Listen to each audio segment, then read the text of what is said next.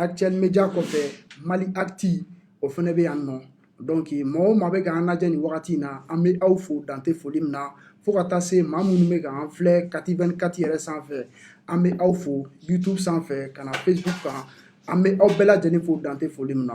O tɛmɛnen kɔ an bɛ fɛ ka mun fɔ aw ɲɛna bi komi aw b'a kalama an ka Mali ni o ye an ka balontannaw ye olu tun ye tagama mun ka taa Yaoundé o Yaoundé taga kɔnɔna la an ka cɛbɔw tun tagara yen an ka cɛbɔw taara final la o final la ala m'an garisɛgɛ don kupu la mais an ka baɲumankɛba dɔ bɛ yan nɔ n'u b'a fɔ a ma ko Alu Boubacar Diallo ale tun ye avion dɔ bila an ka Mali la yan nɔ a mɔgɔ minnu y'a kanu k'u bɛ taa ka taa match ka taga a lajɛ pour que ka se ka taa an ka samata sɛgɛw ka taa olu jukɔrɔma don o hukumu na ale tun ye avion dɔ kun bila supporters ka disposition na an yɛrɛ famana ka ni depuis a bɛ wagati jan bɔ an kun famana ko acti ɲɔgɔnna fana ye jamana in kɔnɔna la yan nɔ donc o hukumu na an bɛna maa min bisimila nin plateau in kan yan bi an minnu sɔgɔlen don an na nin media ninnu bɛɛ tɔgɔ fɔlen na donc o tɛ maa dogolen u b'a fɔ ale ma ko COD Cheikh Umar Diallo donc ale b'an bolo yan bi ɲininkali caman an ye olu fɛsɛfɛsɛ donc an balimaw minnu tɛ link kan a y'u lawuli k'u ka na link kan ka d'a kan bi jɛmukan in a tɛna kɛ basi ye ko minnu na bɛ dɛsɛ ni ala sɔnna bonsoir Seuli. Bonsoir Kati. Ça va? Ça va bien, yɛrɛ. Ko ka fisa? Alhamdulillah. I yɛrɛ bɛ Mali maaw la bi. Ouais, non, nin ye n dɔgɔkɛ ka maillot ye, Balilu Montana. BMS. Donc, comme ale ye n dɔgɔnin ɲuman ye, donc a y'a jira k'a fɔ a bɛna balontanba dɔ labɛn le 21 février. Donc, pour que vraiment mɔgɔw hakili ka t'o la, u ka se ka kɛnɛ lasɔrɔ n y'a kanu ka a ka o maillot don pour montrer ma solidarité. Donc, n'ala sɔnna bɛɛ k'i hakili to a la, le 21 février, Balilu Montana foot. O bɛ kɛ Omnisport la n'ala sɔnna. Donc, o fana comme Mali couleur b'a la. Mali couleur b'a la. Voilà, vert jaune rouge don. Donc an bɛ baro min kan bi, balontan ko kuma don, Mali ko don. Donc jagoya an ka Mali couleur don k'an sigi k'o kuma kɛ. Ça c'est vrai. N'ala sɔnna. Sisan an bɛ fɛ k'a dɔn folikan min b'i bolo ka di an lajɛbagaw ma nin media ba minnu filɛ nin ye yan nɔ folikan min b'i bolo ka di ninnu lajɛbagaw ma folikan min b'i bolo maliyɛn minnu sigilen don k'an lajɛ bi an bɛna mun fɔ i bɛ se ka folikan jumɛn d'olu ma yanni an ka don an ka bi ɲininkaliw kɔnɔ. Vraiment i ce i ka nin question fɔlɔ in na n bɛ foli lase an filɛbagaw bɛɛ lajɛlen ma fɛn fɛn sɔgɔlen bɛ nin médiaw bɛɛ kan Kati 24, Gandi Malien, Mali Zine, Actuel Média, Mali Plus Média, a bɛɛ lajɛlen Mali Actu an b'a a filɛbagaw bɛɛ lajɛlen fo k'u fo k'u waleɲuman dɔn u bɛ ka temps min ta k'an lamɛn wula in na vraiment a diyara n ye kosɛbɛ a bonyana ma n'ala sɔnna a ma u tɛna nimisa an lamɛnni la bi n'ala sɔnna n'ala sɔnna. D'accord donc an y'a ye Mali ka finali ɲɛkɔrɔla la an y'a ye a ye avion bɛɛ b'a dɔn n'i ko ko avion o tɛ ko dennin ye mɔgɔ kelen yɛrɛ ka wulili k'i bɛ taa match lajɛ bon surtout corona kow bɛ sen na sisan bon aw sera ka aw to o bɛɛ kɔnɔna la ka hakilina sɔrɔ hakilina mun ye pour que an ka denmisɛnninw na jeu min kɛ nin ye ka se ka avion ɲini ka avion bila supporters ka disposition na n bɛ fɛ k'a dɔn o initiative in yɛrɛ mun de ye aw bila nin waleya in na.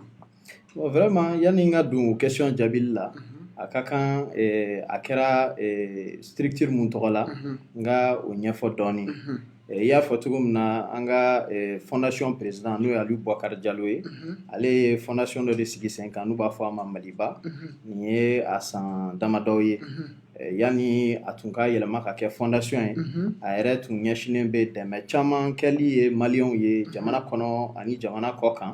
donc kɔsa in de la il y a à peu près 10 ans je crois a ye a kanu ka a ka o dɛmɛw bɔ informel kɔnɔ ka a yɛlɛma ka kɛ organisation yɛrɛ ye organisation mun bɛ se ka labɛn ko in ma walasa a dɛmɛw ka kɛ o kɛko ɲuman na donc o de kɔnɔna la Alu Boubacar Diallo a ye a kanu ka fondation sigi sen kan ka fondation tɔgɔ da Mali yɛrɛ la ka tila ka Mali ka belebeleba y'a yira a kɔnɔna la ni fondation Maliba ye donc a fondation sigilen bɛ a bɛ san caman bɔ a président yɛrɛ ye Alu Boubacar Diallo ye maintenant pour que ka segin i ka ɲininkali yɛrɛ kɔnɔ balontan ye sport premier de ye Mali kɔnɔ sport caman bɛ yen nɔ nka maliyɛnw ka teli ka min suit kosɛbɛ ka tɛmɛ a bɛɛ lajɛlen kan o ye football ye. Bon o de kɔnɔna la an ka parti an ka fondation président a y'a yira k'a fɔ véritablement ale ye fan de sport ye. Tiɲɛ don ale ka sport fɔlɔ-fɔlɔ ye basketball ye, mais basket mana ta ka bɔ yen yɛrɛ ballontan de ka d'a ye. A y'a ye vraiment nin compétition mun organisera fɔlɔ compétition mun don a kelen bɛ ka jamanaw Afrique jamanaw bɛɛ de fara ɲɔgɔn kan. Afrique jamanaw bɛɛ kɔnɔna fana la sélection bɛ kɛ cogo min na o tɛ k'a fɔ ko mɔgɔ minnu bɛ jouer championnat internationaux kɔnɔ mais minnu bɛ jouer championnat locaux kɔnɔ u ka jamana kɔnɔna la o ballontannaw de fara faralen bɛ ɲɔgɔn kan walasa k'a yira ko localement fana talent dɔw bɛ yen nɔ minnu bɛ se kosɛbɛ ballon na bon minnu kan ka dɔn minnu kan ka dɛmɛ fana bon an ka fondation président a y'i to o hukumu de kɔnɔna la walasa vraiment ka se ka soutien ɲɛnaman kɛ a ballontannaw ye ka yira k'a fɔ véritablement u ye compétition min kɛ a suivra maliyɛndenw bɛɛ lajɛlen fɛ a y'a kanu ka supporter dɔw dɛmɛ u ka se ka kɛnɛ lasɔrɔ donc o de hukumu kɔnɔna la an ye nin avion in bila à la disposition des supporters mais olu dɔrɔn tun tɛ à la base parce que président tun y'a kanu fana ka avion kelen wɛrɛ fana ta k'o bila équipe nationale fana ka disposition na bon ala barika la ne yɛrɛ ni ministre des sports tun kumana n'o ye Musa Gatayɛri ye vraiment n bɛ foliba kɛ a fana ye parce que mɔgɔ min don c'est quelqu'un de très ouvert quelqu'un de très compréhensif n y'a wele ka nin ŋaniya in yira a la k'a ɲɛfɔ a ye vraiment a diyara ye kosɛbɛ wa a y'an lamɛn an lamɛn ko ɲuman fana la k'a yira k'a fɔ nin ye fasoden ɲumanya dɔ ye nin diyara ye nin bɛnna a ma a y'a ɲini an fɛ fana an k'a to fɔlɔ parce que état fana bɛ k'a ka disposition dɔw ta donc ni ka sɔrɔ o disposition fana bɛ sen na o kana kɛ baasiba ye nin ŋaniya in sirilen kɔnɔna la donc o de kama finalement an kɔni an ye supporteriw de bila ka taa k'olu bila ka taga supporteli la an y'a ye k'a fɔ vraiment an bɛ autorité de transition fana fo u fana y'u seko kɛ u ye avion fila bɛɛ de ta pour que ka se ka joueurs fana lasegin ka na u tilalen u ka finale la donc an ye vraiment ŋaniya in sirila pour que ka ballontannaw de soutenu pour que k'a yira vraiment ko aigle fana bɛ baara ɲuman na et puis en même temps pour que fɛn fɛn bɛ fɛ ka taga nin kɛnɛ sugu kan n'u tɛ se k'a lasɔrɔ ala ni kow cogoya vraiment k'u dɛmɛ u ka se k'a kɛnɛ lasɔrɔ a ka dɔn ko Mali bɛɛ de unilen don pour que an ka se ka nin trophée in remporter. D'accord. Sisan o tɛmɛnen kɔfɛ an bɛ fɛ k'a dɔn sisan a ye maaw sugandi cogoya mun na ni a bɛ fɔ o ma tubabukan na ko critère yalima a ye maaw ta cogoya jumɛn na. Ben en réalité fondation ye communiqué de bɔ communiqué mun kɔnɔna la an y'a yira k'a fɔ maa o maa bɛ fɛ ka taa an ye ligne téléphonique dɔ dayɛlɛ ligne téléphonique mun bɛ se ka wele walasa k'a yira i bɛ fɛ k'a ye finale kɛnɛ kan donc mɔgɔw ye weleli caman kɛ a numéro yɛrɛ je crois qu'a ye appel mun sɔrɔ a ka ca ni 1200 appel ye tile fila kɔnɔ a bɛɛ weleli kɛ critère kelen min tun b'a la o ye dɔrɔn passeport ka k'i bolo passeport kelen i bolo o kɔfɛ i ka se ka i ka test de coronavirus taamasiyɛn yira an na bon an ye o critère fila min bila sen kan fondation président tilala k'a ye ko vraiment vendredi don a fɔra ni finale ye dimanche ye o kɔnɔna la a bɛ se ka kɛ degun ye mɔgɔ caman ma minnu bɛ fɛ ka taa passeport b'u bolo mais u ma se ka u ka coronavirus test kɛ donc o hukumu de kɔnɔna la fondation président Aliou Diallo a ye équipe spéciale dɔ mobiliser Golden Life mɔgɔw fɛ walasa fɛn o fɛn ni olu tun ma se k'u ka test kɛ mais passeport kɔni b'u bolo ale yɛrɛ b'u ka test covid frais ta en charge o bɛɛ kɛra ko in na o bɛɛ lajɛlen kɛra ko in na maa o maa taara an y'a bɛɛ dɛmɛ a ka se k'a ka test coronavirus kɛ Golden Life la a bɛɛ lajɛlen ka test kɛra en test accéléré donc bɛɛ ka test fana résultat sɔrɔla wa ala nana kɛ yɛrɛ maa 100 minnu sélectionnera kɔnɔna la a maa 100 si ma coronavirus bana sɔrɔ a yɛrɛ la bon testing choix kɔnɔna la en réalité vraiment mɔgɔw bɔra de partout fɛn fɛn taara an bɛ se k'a fɔ sur les 100 et quelques personnes mɔgɔw ye minnu ye u bɛ minnu dɔn peut-être une vingtaine de personnes o ye dɔw ye artiste ye dɔw ye journaliste ye dɔw ye activiste ye olu dɔnnen don donc olu de ka teli ka ye parce que bɛɛ bɛ olu de photo yira mais il y avait près de 80 personnes minnu tun ye maliyɛnw ye minnu ye weleli kɛ ten dɔrɔn u garisigɛ donna ligne téléphonique sɔrɔli la et puis u nana u taara ten tɔ u taara final kɛnɛ kan. D'accord o tɛmɛnen kɔ personnalité an ye personnalitéw caman ye kɛnɛ kan i n'a fɔ i yɛrɛ bɔra k'i da don olu fana la bon kɔfɛ fana aw ka tagali na an y'a ye aw ye mɔgɔw taara u donna stade kɔnɔnaw la an ye mɔgɔw y'u jiginnen ka bɔ aéroport fana la u tun bɛ car dɔw kɔnɔna la yalima condition tun bɛ cogoya jumɛn fana la yan yalima aw tun ye disposition dɔw ta olu bɛɛ kan wa. non vraiment i b'a dɔn Alu Jalo ye nin ko in kɛ a ninkunko yɛrɛ de ye parce que depuis yɔrɔ min na a décision taara a y'i jilaja ka disposition sugu bɛɛ ta pour que maaw mana jigin ka bɔ avion kɔnɔ yɔrɔ min na u ka se ka transporter u ka se ka taga hôteliw kɔnɔ minnu ye hôtel ɲumanw ye u ka se ka balo a kɔnɔna la u ka se ka transporter tuguni ka taa stade la ka bɔ stade la ka segin ka na hôtel la tuguni ka avion ta o cogoya kelen na lafiya hɛra ani baden kɔnɔ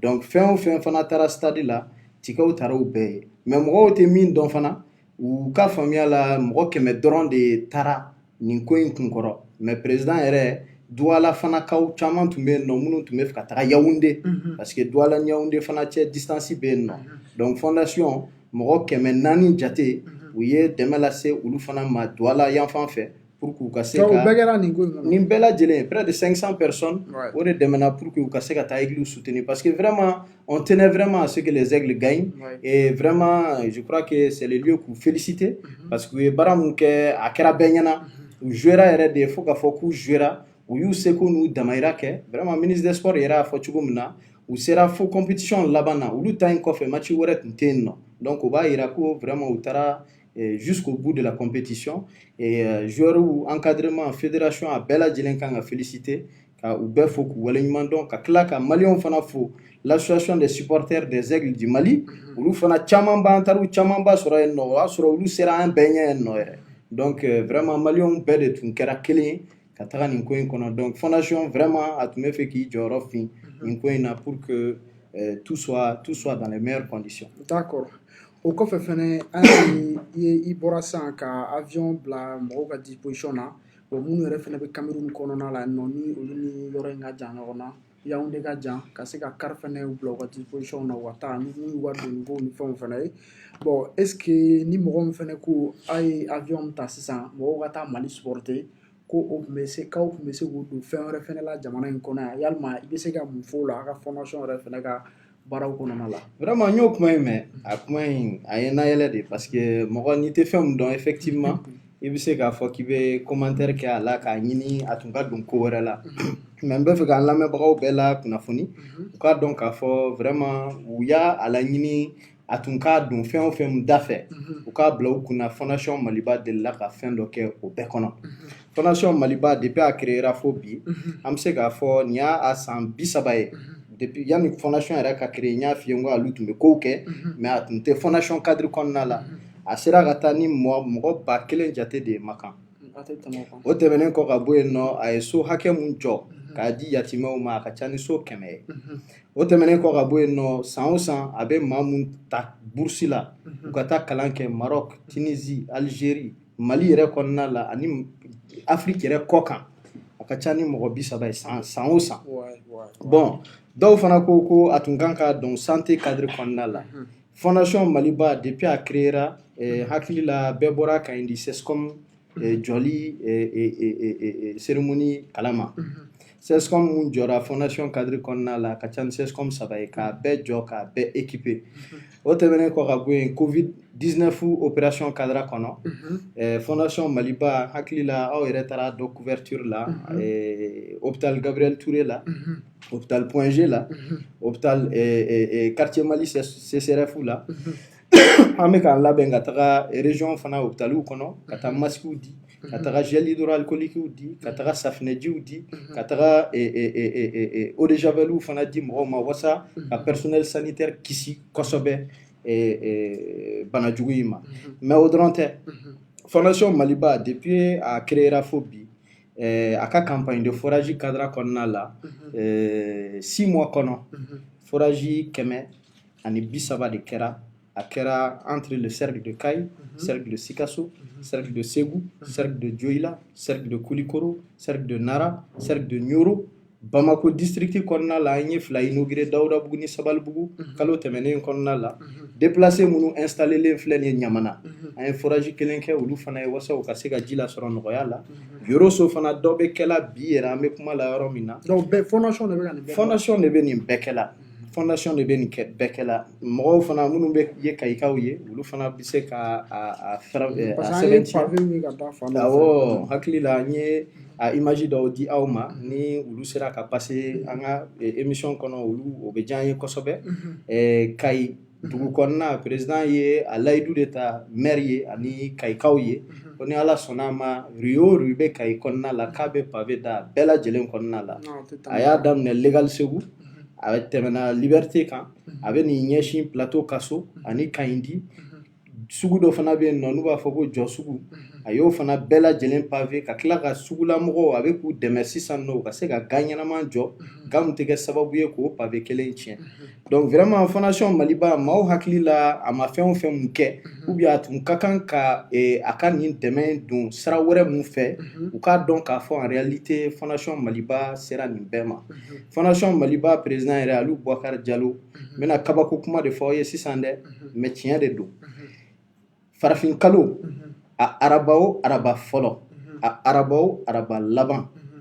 fondation président Alu Boubacar Diallo ɲɔ malo sukaro nɔnɔ valeur plus de 50 millions kalo o kalo nin y'a san 30 ye a bɛ nin tila yatimɛw ni ɲɔgɔn cɛ bon donc k'a yira k'a fɔ vraiment a ɲinalen tɛ cogo si la mɔgɔ si kɔ nin ko in na 2012 fana tuma min na fagali kɛra Gelok ala ka hinɛ an ka sɔrɔdasi fatulenw na ala ka hinɛ sɔrɔdasiw bɛɛ lajɛlen na fɛn fɛn fatura nin kɔnɔna la a kɛra sɔrɔdasi ye a kɛra civil ye a kɛra malien ye a kɛra étranger ye o cadre kɔnɔna la Gelok fagali la o kɛra depuis yanni coup d'état ka 2012 ATT a taara a ye 50 millions chèque kɛ k'a d'u ma pour que u ka o veuve n'a orphelins dɛmɛ bon o dɔrɔn tɛ fondation n'an ko an b'a bɛɛ fɔ a tɛ ban nka n bɛ se ka min fara a kan tuguni hali mausoléew détruira tuma min na Tombouctou 333 saints de bɛ fɔ Tombouctou ma o symbolique kelen kɔnɔna la a ye 333 sacs de riz 333 sacs de lait 333 sacs de sucre 333 sacs de mil a y'o bɛɛ fara ɲɔgɔn kan valeur de près de 50 millions k'a di Coren collectif du ressortissant du Nord mɔgɔw ma moulin mun bɛ ka di jamana kɔnɔna la n'an ko développement local musow ka tɔnw a bɛ ka min di a ka ca ni moulin 100 ye a moulin maaw bɛ se ka taa vérifier entre janvier 2020 et janvier 2021 a ye mun di Dioïla cercle kɔnɔ dugu caman b'a la Kayi cercle Wasulu kɔnɔna Nioro Kɛnɛdugu Sikasso Nara Koulikoro kɔnɔna la tout les secteurs iti miiri secteur la fondation Maliba ma dɛmɛ ta k'a ɲɛsin secteur min ma pour que jamana in ka se ka lafiya dɔɔni hali kɔsan in na ani Sotrama syndicat ɲɛmɔgɔw sera ka ɲɔgɔn ye a n'olu kumana u y'a yira k'a fɔ vraiment coronavirus in cadre kɔnɔna la gɛlɛya b'u kan ka sababu kɛ sugu caman jagow jɔlen don mɔgɔw tɛ Sotrama ta kosɛbɛ bilen degun kelen min b'u kan n'o ye charge ye mun tɛ bɔ u kan kalo 3 o 3 n'u b'o sara o ye assurance ye président o cadre kelen de kɔnɔna la Alu Diallo n'a ka fondation Maliba u ye 3 millions bila Sotrama syndicat ka disposition na pour que u ka se ka dɛmɛ sɔrɔ assurance sara cadre kɔnɔ o fondation Maliba vraiment fondation Maliba bɛ ko caman de la donc k'a fɔ mɔgɔw ye dɔrɔn u k'u rassurer u k'a dɔn k'a fɔ véritablement u hakili la a tun kan ka don fɛn o fɛn mun kɔnɔ o bɛɛ lajɛlen dɔ delila ka kɛ wa ni ala jɛra n'a ye don n'a nataw fana la fɛn o fɛn minnu kan ka kɛ fana olu fana bɛna kɛ jamana in kɔnɔna la n ye araba fɔlɔ mun fɔ ni président kumana i b'a dɔn Alu Diallo ye mɔgɔ min ye fana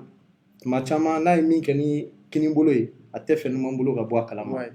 nin ye a san 4 de ye a ye ne mun engagé en tant que conseiller à la communication an de bɛ presque a diyagoya la a action ka dɔn mɔgɔw fɛ parce que ko minnu don kabakokow don ale yɛrɛ de tɛ sɔn a ka dɔn mais anw minnu y'a ka communication mɔgɔw ye sisan de an y'a laɲini cogo bɛɛ la wasa maliyɛnw ka fondation ka kɛwalew dɔn bɛɛ lajɛlen ka bɔ a kalama. Parce que i ka kuma kɔnɔna la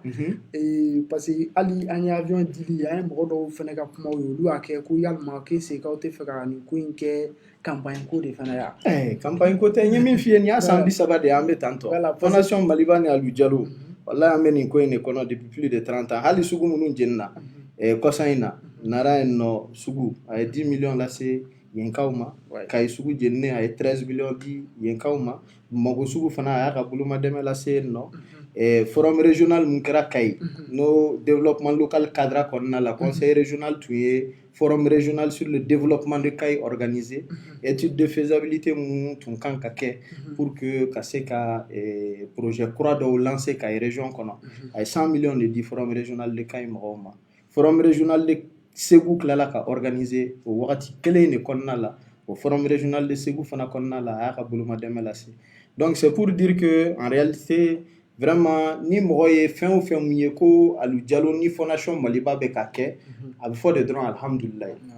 dɔ bɛ ka kɛ ka fara a kan sinon k'a fɔ ko fɛn dɔ bɛ yen nɔ a hakili panna min kunna a ka dɔgɔ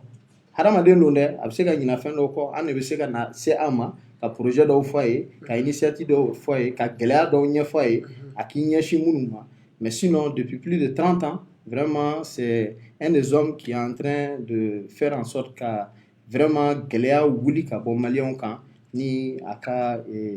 dɛmɛw sira ye donc maintenant que fondation créera an bɛ baara de la pour que ka fondation baara formaliser ka fondation baara la kodɔn mɔgɔw fɛ pour que u k'a dɔn ko baara in bɛ ka kɛ dans un cadre organisé et légal parce qu'en République du Mali n'i bɛ nin dɛmɛ sugu kɛla au bout d'un moment c'est important i jilaja ka a kɛ dans un cadre légal et organisé o de kama yɛrɛ a kɛra fondation Maliba cadre kɔnɔna la baaraw bɛ ka kɛ vraiment baara camanba de bɛ ka kɛ jamana kɔnɔ ani jamana kɔ kan n'Ala sɔnna n tun bɛ k'a fɔ cogo min na araba fɔlɔ mun bɛ nalen ni a kow bɛ ka kɛ an b'aw labɔ a kalama an b'aw bɛɛ wele a bɛ kɛ bɛɛ ɲɛna nin bɛɛ tɛmɛnen kɔ yalima wulikajɔ jumɛnw bɛ halisa fondation bolo jamana kɔnɔna ani jamana kɛnɛmana la bon wulikajɔ belebele minnu bɛ yen nɔ a fɔlɔ-fɔlɔ bɛna kɛ coronavirus kɛlɛli de wulikajɔw ye n'Ala sɔnna ma an bɛna continuer an bɛ ka dɛmɛ minnu lase personnel sanitaire ma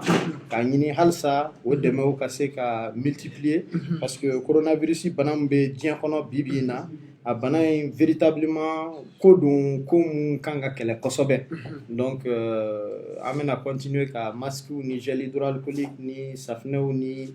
eau de javel di mɔgɔw ma nka o tɛmɛnen kɔ ka bɔ yen nɔ campagne de forage national dɔ de initielen don parce que président yira k'a fɔ a bɛ 130 forages de la mais ni Ala jɛra ni a ye a ka objectif ye ka 1000 forages de kɛ pour que maliyɛn bɛɛ lajɛlen ka se ka ji lasɔrɔ jamana in kɔnɔ parce que an y'a ye vraiment a ye yala caman kɛ Mali kɔnɔ a taara yɔrɔ caman na a y'a ye cogo min na distance dɔw kan plus de 20 km 25 km i bɛ muso dɔw ye dagani ɲunen b'u kun u bɛ tagama la dɔrɔn ka taa ji dɔrɔn de ɲini ji kelen mun bɛ se ka kɛ ka tobili dɔɔni kɛ ji fitinin mun tɔ bɛ to o bɛ kɛ ka denmisɛnninw ko donc bi-bi in na gɛlɛyaba min bɛ maliyɛnw kan an ka faamuya la ji b'a kɔnɔ donc ni Ala sɔnna a ma dans les semaines à venir an bɛna campagne de forage in tɔ poursuit ka tila ka an ɲɛsin cogo bɛɛ la microcrédit fana ma parce que an y'a ye k'a fɔ initiative mun bɛ se ka jeunes ni musow dɛmɛ kosɛbɛ jamana in kɔnɔ o ye k'u dɛmɛ u ka se ka financement misɛnninw sɔrɔ dans le cadre de micro projet fondation bɛ se ka minnu accompagner pour que ka mɔgɔw ka gɛlɛya wuli ka bɔ mɔgɔw kan donc vraiment la fondation dans les mois et les semaines à venir an bɛ fɛ fana dans le domaine de la culture et du sport et de l'artisanat aussi ka dɛmɛ caman lase yen nɔ parce que jamana bɛ position mun na sisan nɔ bɛɛ lajɛlen de kan ka wuli ka dɔ kɛ faso ye donc Alu Jalo ni fondation Maliba u ye o de faamuya depuis plus de 30 ans maintenant et an b'o baara kelen de cadre kɔnɔna la et on va tout faire vraiment pour jouer toute notre partition dans ce travail là. D'accord voilà i yɛrɛ bɔra ka fɛn caman fɔ j'espère que c'est ma première fois an ka ninnu caman fɛnɛ mɛn donc minnu fɛnɛ bɛ k'an lajɛ Mali kɔnɔ ani Mali kɛnɛma an ka faamuya fɛnɛ la aw ye faamuya caman sɔrɔ k'a dɔn k'a fɔ ko avion min bilara Mali supporteriw ka bolo kan u ka taa an ka cɛdenw supporter Yaoundé ko politiki baara tɛ baara in a kun tun ye a ka se ka dɔn a b'a caman na a ye ko caman fana kɛ jamana in kɔnɔ fondation ADP Maliba a ye baara caman kɛ mun ni avion di in tɛ kelen ye baara minnu yɛrɛ fana fanga ka bon ni avion di in ye o ɲɔgɔn caman kɛra. Oui, parce que pour que mɔgɔw ka se k'a faamuya ka ɲa c'est-à-dire que Alu Jalo ka vision kɔnɔna la politiki ma faamuya ka ɲa Mali kɔnɔ parce que parti politique caman bɛ yen nɔ u bɛ baara dɔw kɛla u ka baara tɛ sirajɔw kɔlɔnsenw o n'a ɲɔgɔnna ninnu ani balodiw o tɛ parti ka baara ye anw fɛ yen nɔ an ye inspiration ta alimanw ka parti politikiw de kan mɔgɔw bɛ fondation caman ye hali Mali kɔnɔ fondation Friedrich Ebert fondation caman bɛ yen nɔ aw bɛ aliman tɔgɔw mɛn o la a bɛɛ parti dɔ de ka fondation ye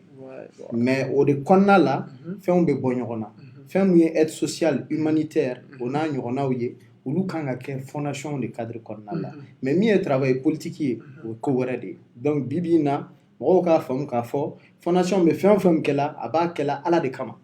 a b'a kɛla Mali degun wulili de kama donc min ye campagne ye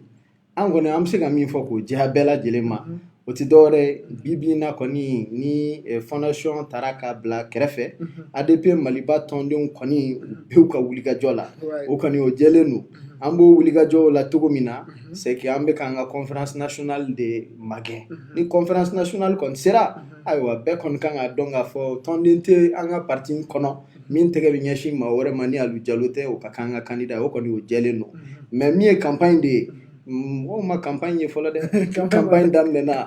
o fana ye ko wɛrɛ o ni nin si tɛ kelen ye fondation bɛ min na tan nin ye fondation humanitaire de ye mais ni campagne yɛrɛ daminɛna an bɛna ko lamaga jamana in kɔnɔ a bɛ lakali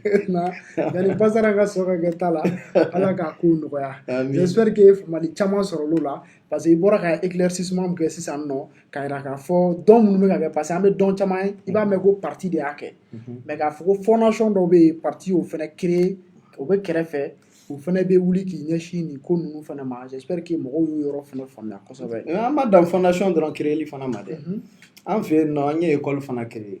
école de la bonne gouvernance parce que i b'a dɔn n'i ko k'i bɛna yɛlɛma don Mali kow la i tɛ a fɔ dɔrɔn k'i bɛ fondation créer pour que ka mɔgɔw dɛmɛ ka parti créer ka fanga ɲini i b'a ɲini fana maliyɛndenw fɛn fɛn b'a ɲinina ka don politique la hali minnu tɛ fɛ ka don politique la u ka jamana réalitéw dɔn u ka jamana problèmew dɔn u ka se ka réalité internationale ani géopolitique fana faamuya ko ɲuman parce que an n'an kɛrɛfɛ jamanaw relation ani kɔkan jamana tɔw relation o bɛɛ bɛ jouer Mali kan donc pour que an ka tɔndenw fana ka kɛ tɔndenw ye ADP kɔnɔna la o ye parti cadre ye minnu bɛ se ka faamuyali ɲuman kɛ ni laɲini dɔw sabatira u ka se ka kɛ jamana marabaga ɲumanw ye donc an ye école la bonne gouvernance fana sigi o ɲɛsinnen bɛ o kalan kow de ma ka mɔgɔw former ka mɔgɔw bila sira ɲuman kan donc vraiment bɛɛ k'a dɔn k'a fɔ en réalité kuma minnu caman bɛ fɔla réseau kan an b'a faamuya parce que mɔgɔw degilen b'o o de la u b'a ye ni mɔgɔ dɔ ye ko dɔ kɛ dɔrɔn a b'a kɛla politique de kama a b'a kɛla campagne de kama mais Alu Jalo et la fondation Maliba fait de l'humanitaire depuis plus de 30 ans il y a plus de 30 ans, ça c'était en dehors du cadre Fondation Maliba, mais depuis maintenant plus de 10 ans, c'est dans le cadre officiel de la Fondation Maliba. Et au Fondation Maliba a forcément une équipe de communication qui travaille à mettre en avant les réalisations de cette fondation. Fondation Mundun, c'est pas une fondation qui min bɛ taa financement ɲini mɔgɔ wɛrɛw fɛ pour que ka action mener a fondation a bɛɛ lajɛlen parce que Alu Jalo silamɛ de a ka zakati cadre kɔnɔna la a bɛ min bɔ k'o don fondation kɔnɔ o fondation a b'o de don o dɛmɛw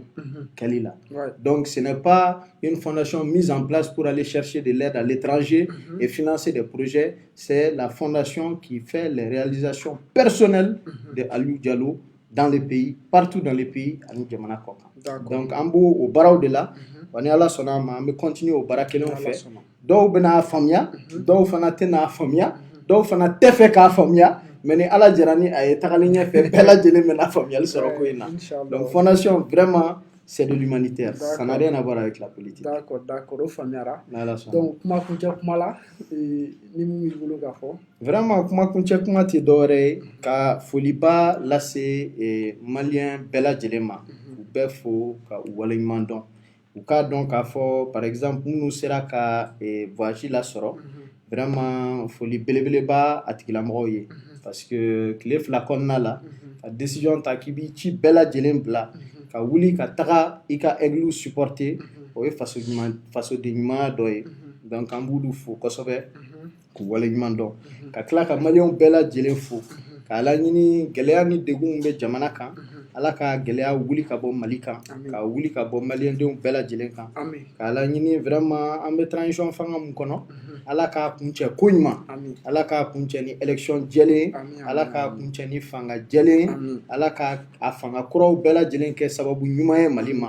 an bɛ bɛɛ lajɛlen fo fondation tɔgɔ la ani Ali Boubacar Diallo fana tɔgɔ la aw ni ce ka aw yɛrɛ fana fo kosɛbɛ Kati 24 tout le monde qui est là Gandhi Mali Zine Mali Plus Média Actuel Média Mali Actu k'aw fo aw bɛ baara min kɛ la parce que bi n'i y'a ye an yɛrɛ bɛ yan kɛnɛ kan hakili la aw yɛrɛ filɛlen don ka tɛmɛ hali média traditionnels kan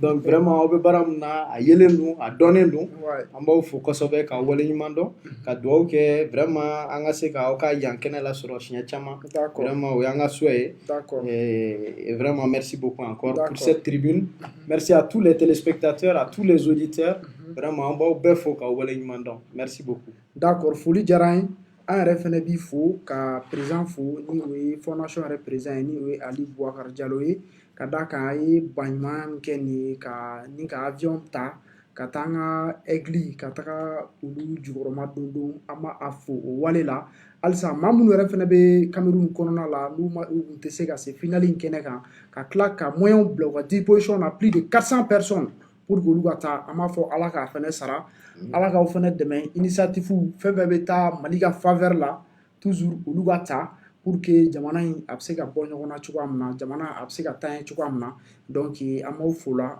an bɛ bɛɛ lajɛlen fo média fɛn fɛn tun bɛ kɛnɛ kan yan Gandhi malien ka taa se Mali Zine ma Mali Plus Média Actuel Média Mali Actu ka fara Kati 24 kan aw tun bɛ k'an lajɛ o de kan an bɛ aw bɛɛ lajɛlen fo Mali kɔnɔ ani Mali kɛnɛma an ka faamuyali la a ye faamuyali caman sɔrɔ nin ɲɛfɔli ninnu na donc an bɛ nin jɛmukan in an bɛ a bila yan hakɛto b'a kan wasalam. Bisa ma nɔgɔn dɛ bi kɔni an ni maa mun bɛ ɲɔgɔn na ale tɔgɔ de ko Duguci Dangele Mali bɛɛ an bɛ ka yala de ka maa ɲini maa mun bɛ se k'a tɛgɛ da an bɛ ka yala quartier ni quartier maa ma sɔrɔ mun bɛ se k'a tɛgɛ da.